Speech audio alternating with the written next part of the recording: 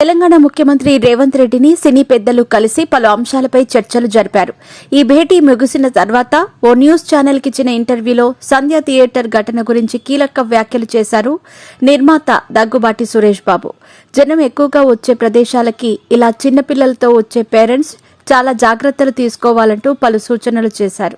ఇందులో భాగంగా ఫ్యాన్స్ ని ఉద్దేశించి అలాగే ఈవెంట్ నిర్వాహకుల గురించి కూడా సురేష్ బాబు కామెంట్స్ చేశారు. అయితే ఈ కామెంట్లు సోషల్ మీడియాలో బాగా వైరల్ అయ్యాయి. అల్లు అర్జున్ ని ఉద్దేశించే సురేష్ బాబు ఈ మాటలు మాట్లాడారంటూ యాంటీ ఫ్యాన్స్ ట్రోల్స్ చేశారు.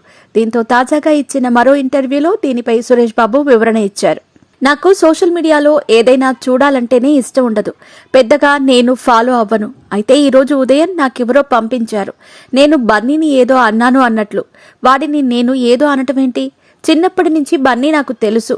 నా కొడుక్కి ఫ్రెండ్ వాడి గురించి నేను ఎందుకు ఏదో అంటాను? అలా రాశారు.